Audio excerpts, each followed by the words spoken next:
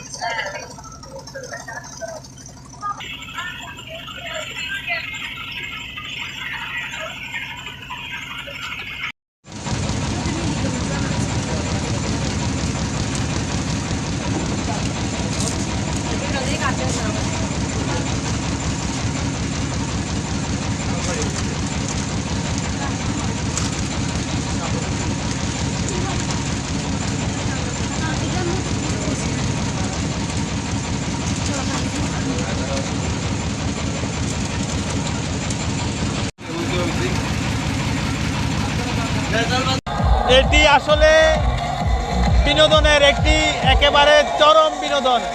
এই বিনোদন কেন্দ্রের সবচাইতে আকর্ষণীয় যেটি ওয়াটার পার্ক।